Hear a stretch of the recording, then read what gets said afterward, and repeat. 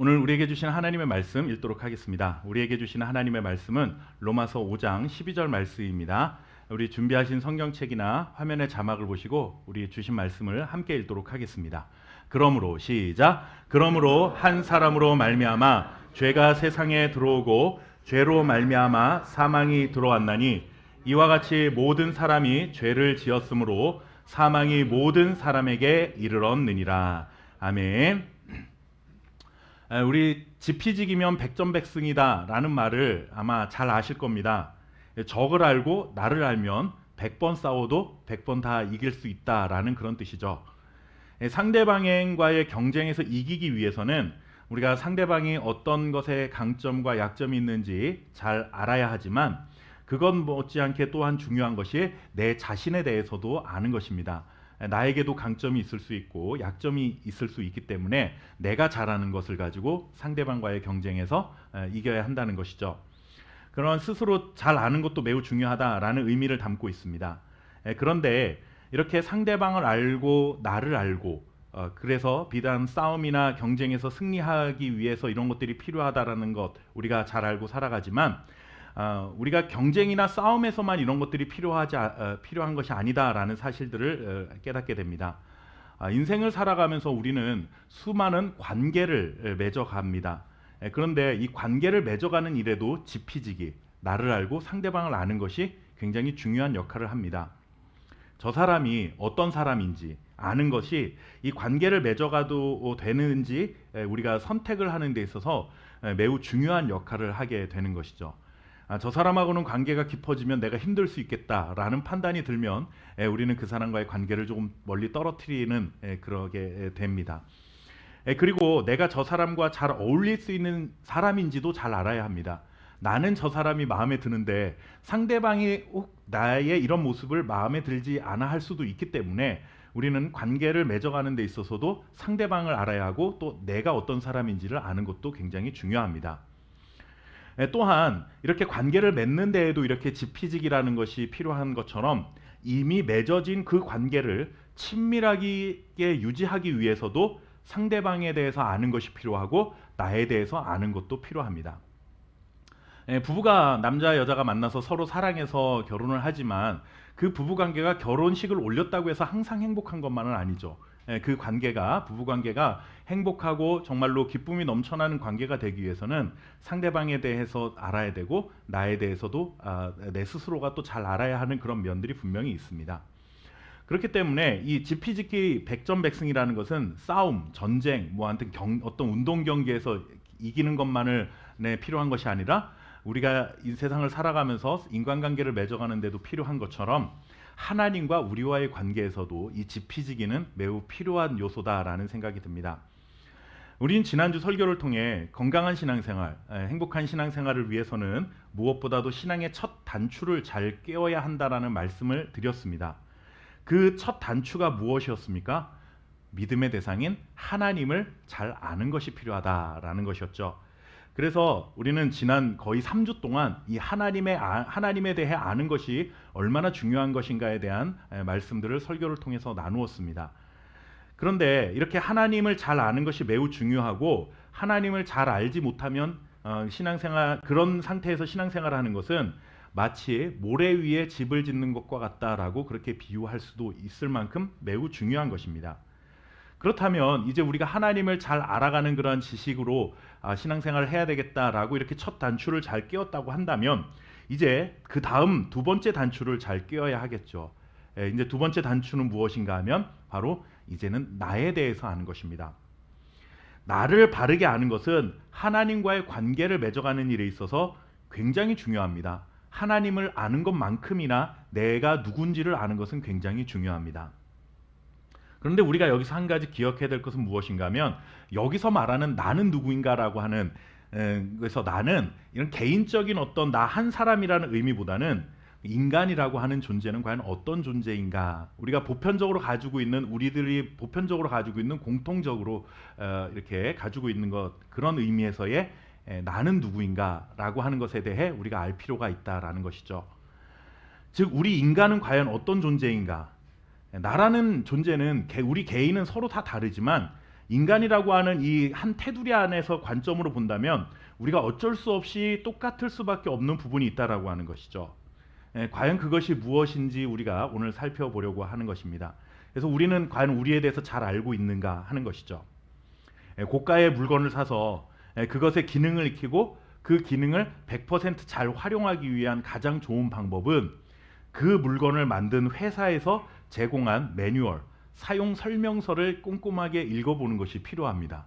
우리에게 익숙한 어떤 전자기기라고 한다면, 사실 그 조작이 간단한 그런 전자기기들이라고 한다면 굳이 사용 설명서를 읽지 않아도 우리가 잘 활용할 수 있지만, 뭐 수백만 원짜리의 어떤 그런 전자기기라고 한다면, 우리에게 익숙하지 않았던 그런 전자기기라고 한다면 꼼꼼하게 사용 설명서를 읽어보는 것이 그 기기의 어떤 기능을 100% 활용할 수 있는 가장 좋은 방법이 되는 것이죠.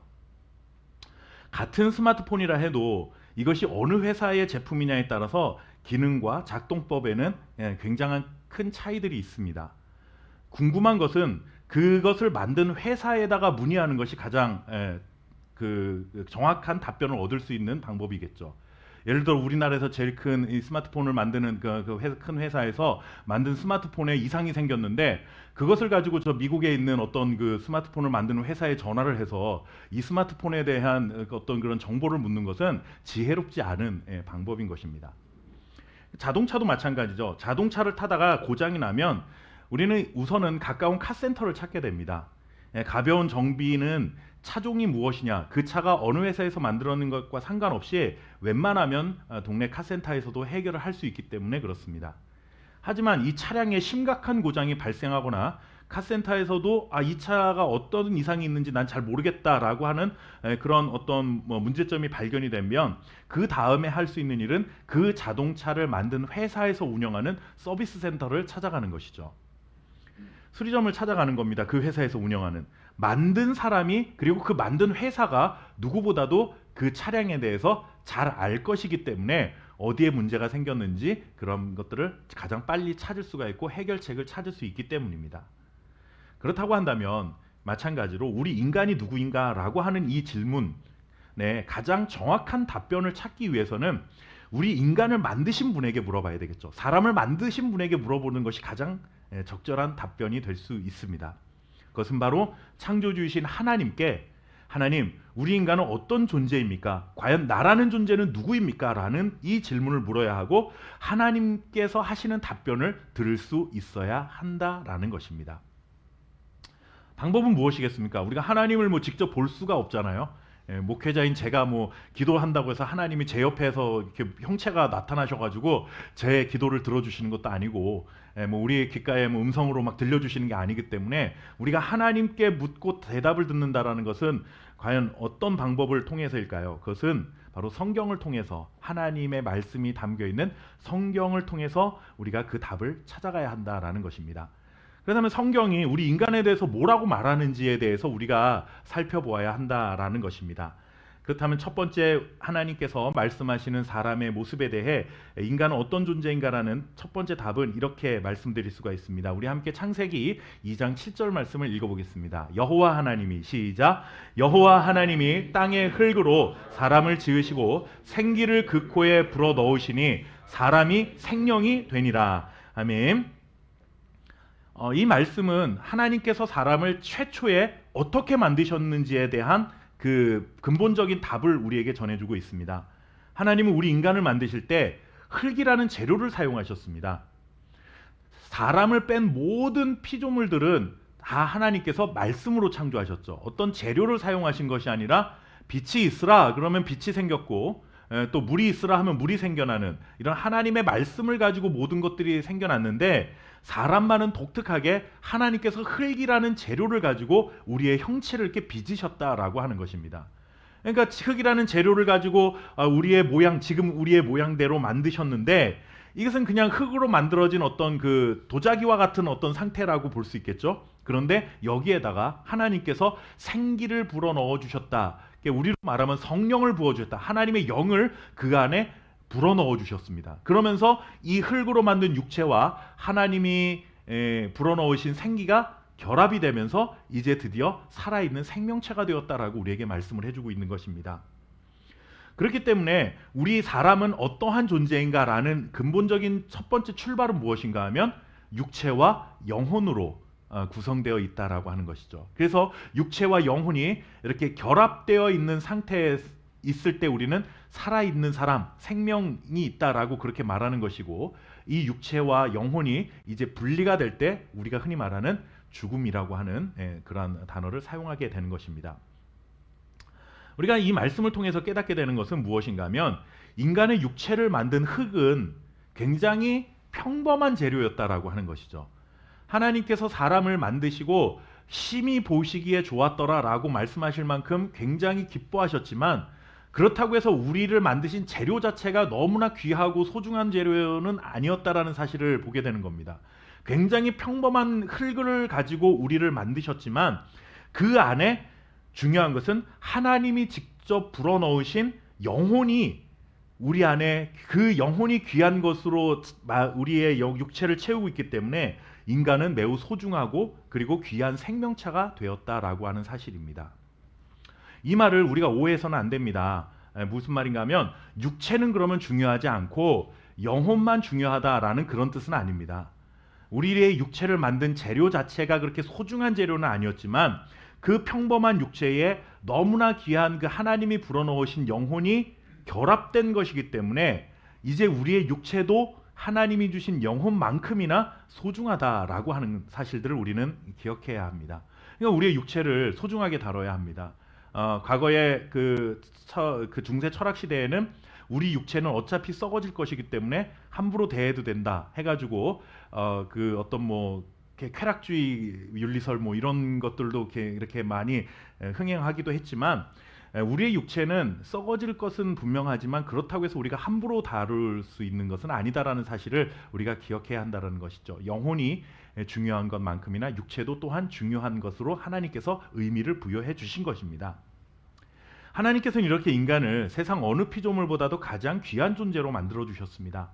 우리 스스로는 너무나 귀하고 복된 존재다라는 것이죠.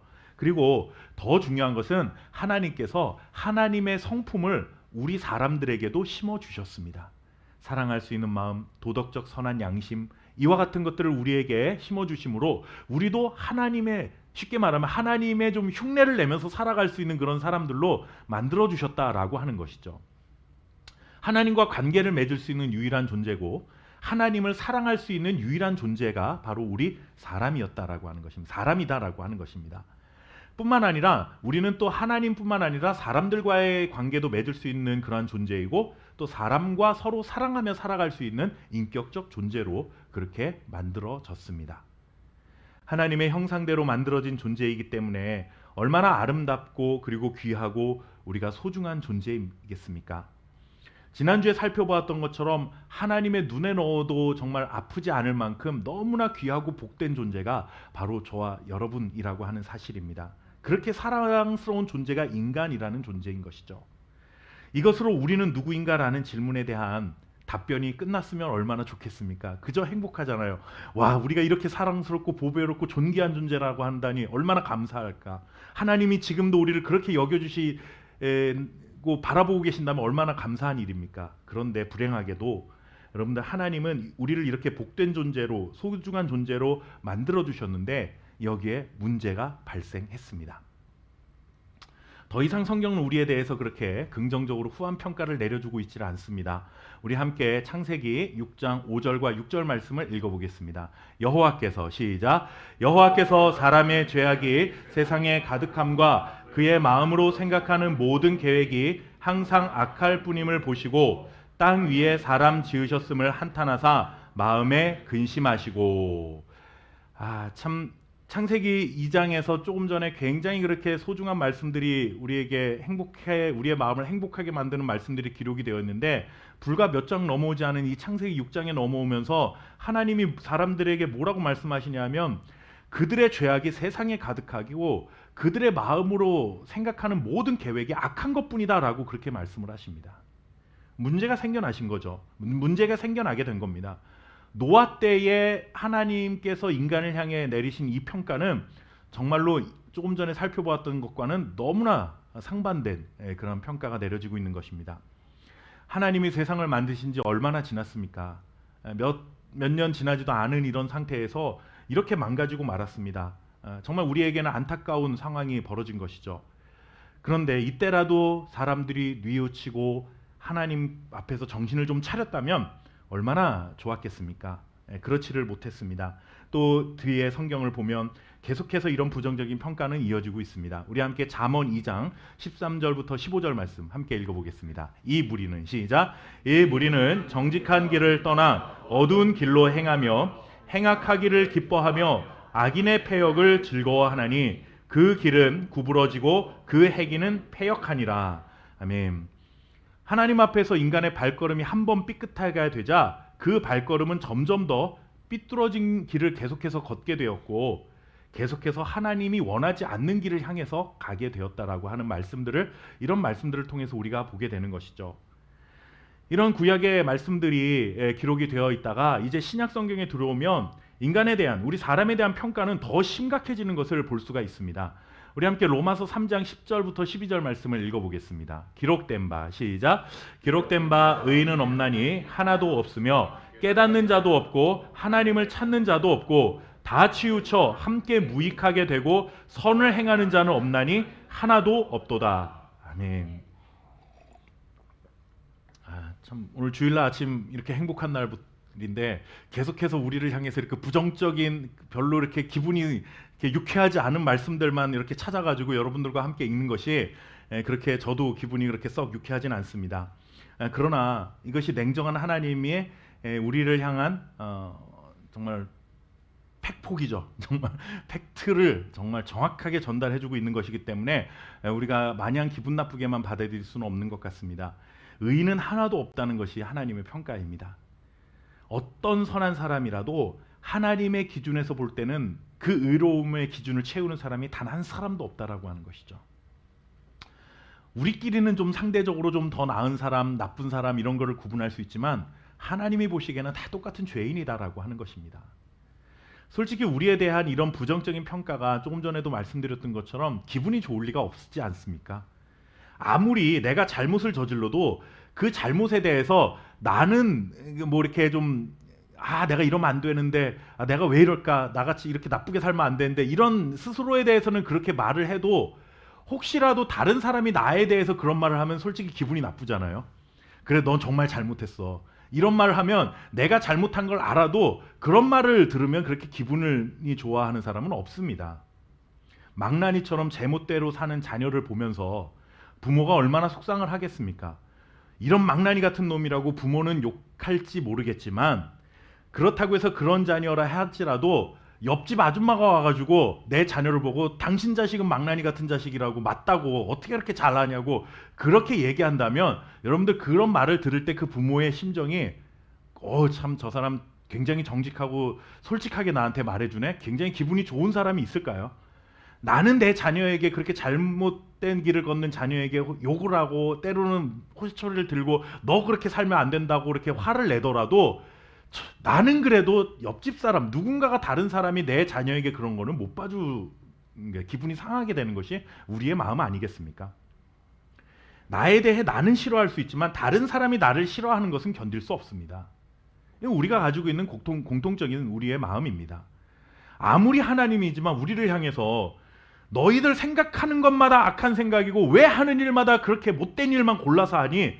라고 그렇게 잔소리를 하고 우리를 향해서 분노하신다고 한다면 우리라고 기분이 좋겠습니까? 우리도 이런 말씀들 보면 기분이 상하죠.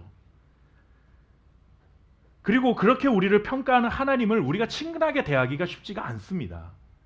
정직하게 나에 대해서 솔직하게 말해주는 사람 나 말고 누가 또 있겠냐라는 마음으로 가장 친한 친구가 나에 대해서 맨날 나에 대해서 부정적으로 넌 왜 그러냐, 넌 왜 그러냐, 너 이러면 안 돼, 맨날 이런 말만 한다고 생각해 보십시오. 그 친한 친구와 그 관계가 여러분들 원활하게 유지가 될 수 있겠습니까? 좀 맞는 말일 수 있지만 그래도 너의 말이 난 기분이 나빠. 그러니까 조금은 멀리하고 싶어지는 게 우리의 마음입니다. 하나님을 향해서도 우리 그럴 수 있어요. 하나님이 우리에 대해서 계속적으로 이렇게 부정적인 평가를 자꾸 내리시면 하나님 앞에 서기 두렵고 하나님과 친하게 지내는 것이 어려워질 수 있다는 겁니다. 그러나 여러분, 기분이 상하고 하나님에 대한 우리의 감정이 조금씩 이렇게 나빠진다고 해서 여러분들 우리가 그것을 정말로 하나님과 관계가 멀어져서는 안 됩니다. 문제는 하나님이 우리를 향해 그렇게 평가하시는 것이 진정한 사실이라는 데 중요한 문제입니다. 하나님의 평가는 그저 마음이 상하고 화가 나셔서 감정적으로 내려진 평가가 아니라 우리를 만드셨기 때문에 우리에 대해서 너무나 잘 알고 계신 상태에서 우리에 대해서 냉정하고 정확하게 내려진 판단이기 때문에 우리가 기분 나쁘다고 해서 그것을 거부할 수 없다라고 하는 것이죠. 거부해서도 안 된다라는 것입니다. 그리고 또 한 가지, 우리가 그런 판단을 받는 것이 기분이 상하기는 하겠지만 여러분들 지난 주일에 살펴보았던 우리 스바냐 3장 17절의 말씀처럼 목숨을 주어도 아깝지 않을 만큼 우리를 사랑하신 하나님, 그리고 우리를 보시면서 너무나 기뻐서 노래를 부르시는 그 하나님, 그렇게 우리를 사랑하시는 하나님이 우리를 향해서 이런 부정적인 평가를 내리실 때는 하나님의 마음은 또 어땠을까 하는 것을 우리가 한번 생각해 보아야 하는 것이죠. 하나님은 기뻐서 마냥 좋아서 우리에게 이런 평가를 내리셨을까요? 우리가 기분이 나쁜 것보다 훨씬 더 큰 마음의 상처를 하나님께서는 받으셨을 수도 있습니다. 하나님도 기분이 정말 많이 상하셨을 것이고 속상하고 우리를 그렇게 바라보고 그런 평가를 내려야 하는 것에 안타까운 마음을 분명히 가지고 계실 것입니다. 잘못된 길을 가는 자녀들을 향해 부모가 야, 이 망나니 같은 녀석아, 너 뭐가 되려고 이러고 사냐, 너 그렇게 살다가 정말 차라리 이거 없는 게 넌 낫겠어, 심지어 이런 말을 하면서 화를 내는 부모의 마음은, 여러분 그런 말을 할 때 부모의 마음이 속이 시원하겠습니까? 속상하고 안타까운 마음에 그렇게 화를 낼 수는 있겠지만, 그런 말을 하면 자녀의 마음이 상한다는 것도 알지만 그럼에도 불구하고 그런 말을 할 때는 부모의 마음은 자녀보다 훨씬 더 큰 마음의 속상함이 마음에 생겨날 수밖에 없는 것이죠. 우리가 그런데서 하나님은 어떠셨겠습니까? 직접 만드시고 그것도 하나님의 형상대로 하나님을 닮은 모습으로 우리를 만드시고 하나님의 영을 그 안에 불어넣어 주셔서 이 세상에서 가장 소중하고 존귀한 존재로 그런 생명체가 되게 하셨는데, 그리고 피조물 중에 가장 으뜸되는 그러한 존재로 우리를 만들어 주셨는데, 그런 인간들을 향해 하나님께서 부정적인 평가를 내리실 때 하나님의 마음이 어떠셨겠느냐라고 하는 것입니다. 왜 이렇게 서로 속상한 일이 발생됐습니까? 우리도 유쾌하지 않고 그런 평가를 내리는 하나님도 유쾌하지 않은 이런 일들이 왜 발생했습니까? 하나님 왜 이렇게 우리를 향해 모진 그리고 잔인한 판단을 하신 것일까요? 함께 우리 본문 로마서 5장, 오늘의 본문 로마서 5장 12절 말씀 다시 한번 읽어보도록 하겠습니다. 그러므로 시작. 그러므로 한 사람으로 말미암아 죄가 세상에 들어오고 죄로 말미암아 사망이 들어왔나니 이와 같이 모든 사람이 죄를 지었으므로 사망이 모든 사람에게 이르렀느니라. 아멘. 여러분들 원인은 무엇입니까? 바로 죄 때문입니다. 인간의 죄 때문에 이 관계가 깨어지고 말았습니다. 우리를 향한 하나님의 사랑이 그 하나님의 마음의 변화가 생겨서가 아니라 우리가 하나님을 대하는 태도에 문제가 있었기 때문입니다. 하나님 원치 않는 일을 행한 것이죠. 하나님의 형상대로 만들어진 소중하고 보배로운 우리가, 그러나 우리이지만 그 죄 때문에 하나님의 형상을 잃어버리고 만 것입니다. 하나님을 사랑해야 했던 그 능력을 잃어버렸습니다. 전자기기는 콘센트가 연결되어야만 작동을 합니다. 그런데 이 콘센트를 자주 뺐다 꽂았다 하다 보면 이 연결 부분에 문제가 생겨날 수 있죠. 우리가 흔히 말하는 이 접촉 불량이라고 합니다. 이것을 아무리 튼튼하게 만들어도 아무래도 오랜 시간 동안 이렇게 자꾸 뽑았다 뺐다 넣었다 하다 보면 그 연결 부분에 문제가 생겨날 수 있습니다. 그러다 보면 전기가 통했다 안 통했다 하니까 어떻게 뭐 잘 건드리면 작동을 하다가 또 이렇게 작동을 한 줄 알고 가만두면 그것이 또 문제가 생겨서 이게 접촉이 불량이 나면서 또 문제 이렇게 작동을 안 할 수도 있다라는 것이죠. 완전히 고장난 것도 아니고 접촉 불량이 생기면 이렇게 작동했다 안 했다 왔다 갔다 합니다. 그런데 그런 상태에서 계속 사용하다 보면 점점 더 작동하는 시간보다는 작동을 제대로 하지 않는 시간이 길어지게 되고 그 시간이 더 길어지면 이제 완전히 고장이 나게 되는 것이죠. 하나님 앞에서 죄를 지은 인간의 모습이 이와 같습니다. 죄를 지었다고 그 순간 완전히 고장나고 완전히 박살난 것은 아닙니다. 하나님의 형상대로 지음을 받았고 하나님이 심어주신 하나님과 같은 성품들이 남아있긴 남아있는데 이게 마치 접촉불량되는 그 전기 콘센트처럼 제대로 작동을 했다가 안 했다가 이런 식으로 우리의 삶이 망가지기 시작했다라고 하는 것이죠.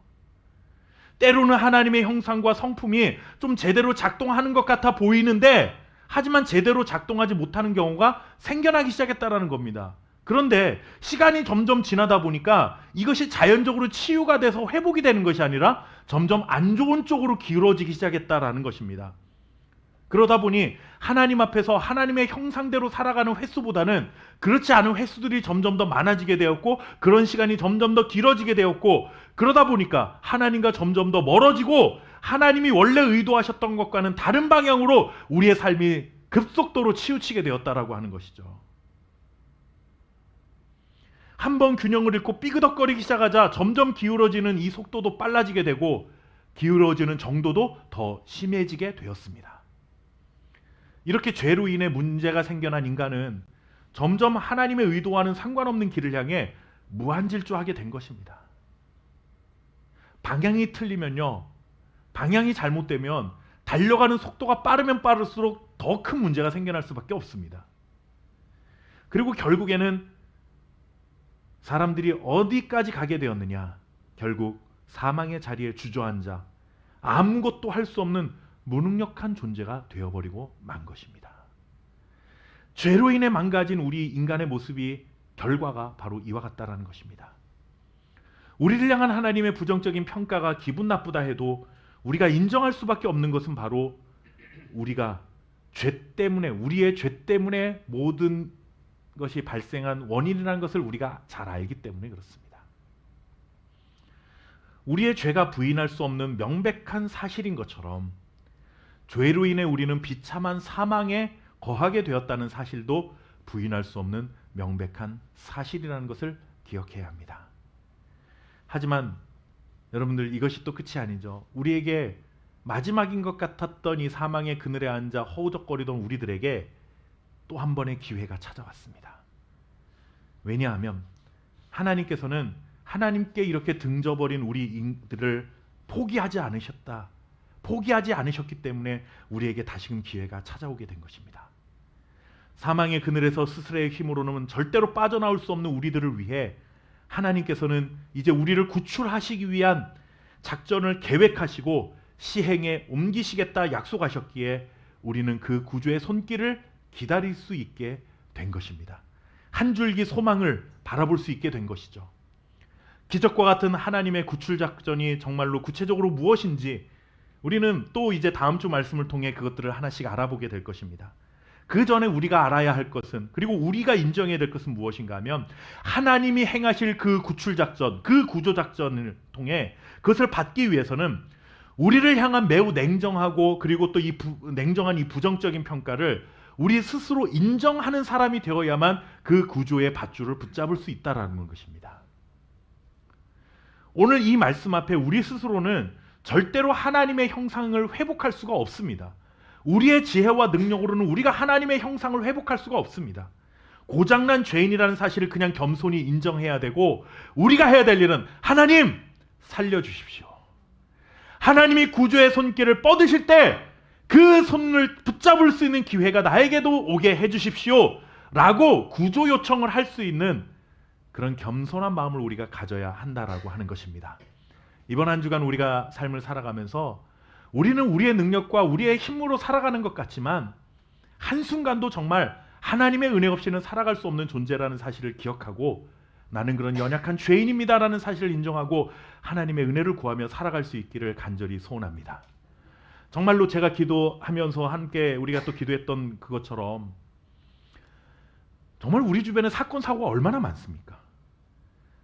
어떻게 보면 우리는 당연히 우리에게서 그런 모든 것들이 피해갔다라고 우리는 생각하고 너무나 당연하게 생각하지만, 그런 재난과 사고가 우리에게 일어나지 말라는 법은 없잖아요. 지난 주간에 우리가 살고 있는 지금 요 지역에 가까운 곳에서 그 살인 사건이 있었죠. 편의점에서 일하고 있는 그 젊은 청년을 죽인 살인 사건이 있었습니다. 그런데 뭐 이렇게 계양구에서 그런 사건이 있었고, 지금 그 근처에 숨어 있다라고. 근데 하루가 지나도 잡지 못했다라고 하는 그런 사고들이 있었잖아요. 그런데 이런 사고들을 볼 때 우리도 이제 움츠러지게 되죠. 혹시라도 도망갔는데 우리 동네로 그 사람이 도망왔으면 어떡하나. 우리라고 그런 피해자가 되지 말라는 법은 없는 겁니다. 그럼 우리가 뭐 항상 이렇게 쫄아서 막 겁나고 살자 이런 뜻이 아니라, 우리는 지금 건강하게 살아가는 걸 너무나 당연하게 우리는 그냥 지금 마땅히 우리가 누릴 것을 누리고 살아간다고 생각할지 모르지만, 사실 우리는 언제 어떻게 될지 모르는 정말로 위험한 그런 삶을 살아가는 그런 존재들입니다. 정말 하나님의 은혜로 우리를 보호해 주시지 않으면 우리는 우리의 삶에 대해서 우리 스스로가 책임질 수 있는 것이 단 한 가지도 없는 연약한 존재들입니다. 기분 나빠도 인정할 것은 인정해야 합니다. 그래야 방법이 생겨나고 하나님이 뻗으시는 구조의 팔을 붙잡게 될 것입니다. 이번 한 주간 겸손히 하나님의 그 구조 요청을 기다리는 자답게 하나님의 은혜를 간절히 사모하며 살아갈 수 있는 저와 여러분 될 수 있기를 주님의 이름으로 축원합니다. 함께 기도하겠습니다. 살아계신 아버지 하나님, 오늘 좀 유쾌하지 않은 말씀들을 가지고 우리가 주일 말씀을 함께 나누었습니다. 그러나 하나님이 우리에게 말씀하시는 것이 항상 복되고 행복한 말씀이 아닐지라도 똑같은 하나님의 말씀이고 진리의 말씀이라는 사실을 우리가 인정하고 그 말씀도 우리가 받아들일 수 있는 겸손한 마음을 우리 가운데 허락하여 주옵소서. 우리가 성경을 통해서 우리에게 복되다, 좋다, 행복하다, 기쁘다 이런 말들로만 우리의 삶을 채우려 하지 않게 하시고, 정말로 우리가 하나님 앞에서 어떠한 존재이고 어떤 연약함들을 가지고 살아가는 존재인지를 분명하게 냉정하게 보게 하시는 하나님의 말씀 앞에서도 겸손히 무릎 꿇고, 하나님 맞습니다, 저는 그런 죄인입니다, 그래서 저는 하나님이 필요합니다 라고 고백하며 살아갈 수 있는 주의 자녀들 될 수 있도록 인도해 주옵소서. 하나님, 우리가 어떤 존재인지를 알기 때문에 오늘도 예배합니다. 또 그 은혜에 감사하여 오늘도 구별하여 예물을 드립니다. 예물이 정말 하나님 나라를 위해서 귀하게 쓰임받을 수 있도록 도와주시고, 우리 함께 교회를 통하여 또 하나님의 뜻 가운데 온전하게 쓰여지는 일들을 통해 생명을 살리는 귀한 일들로 쓰여지는 축복의 통로가 될 수 있도록 역사하여 주옵소서. 구별하여 드린 손길 위에도 하나님의 복을 더하사 날마다 하나님의 은혜 안에서 평안한 삶을 살아갈 수 있도록 도와주시고, 입는 것 먹는 것 마시는 것 때문에 염려하고 살아가지 아니하도록 날마다 채우시는 하나님의 은혜를 경험할 수 있도록 주여 우리의 삶을 축복해 주옵소서. 감사드리며 살아계신 예수님의 이름으로 간절히 기도하옵나이다. 아멘.